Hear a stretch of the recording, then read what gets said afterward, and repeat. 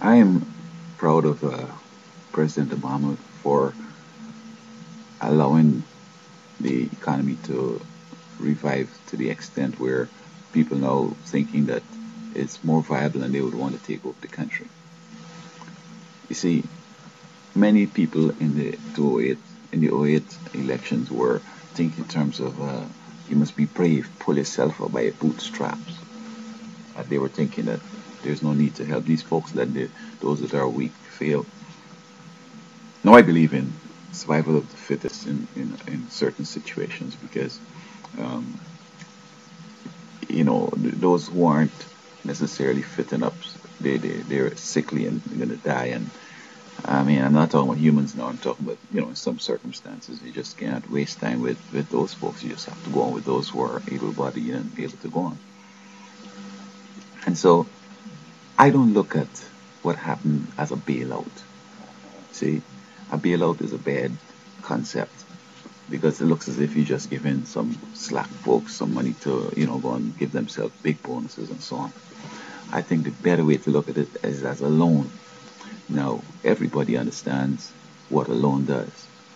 You have some assets and you have a financial situation where you don't have capital, you don't have cash flow so that you could take care of expenses and immediate and short term sort of expenditures. So you go to the bank and you pledge your assets or you talk and get a loan and so you could spend your way out of the situation and later as things improve you pay back the loan.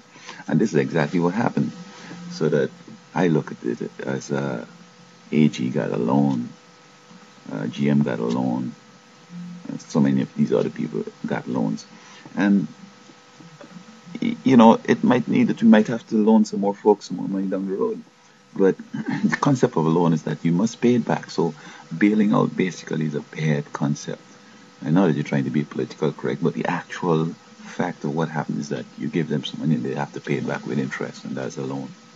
So um, many of the people, as I said, weren't necessarily thinking of loaning these guys money because they felt like these guys did bad and they should die. But then you have to remember,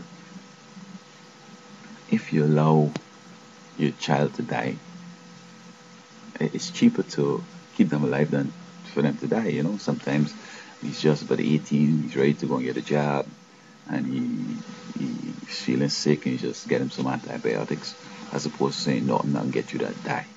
You have to go and spend over $6,000 to bury the child and all this stuff and the grief and the whole 9 yards. But you get him that loan of antibiotics, and he'll be okay, and then everything is good. Then he's on his own, and everything moves on. So let us look at what happened to the financial and to the banking and to other people manufacturing, big time manufacturing. It's a loan because you see, if you didn't grant them this loan, there are so many people working with them without of being laid off. One, and secondly, they're providing an essential service, and they would be not be around, and then of course people are going to be needing those services, and especially with the car manufacturers.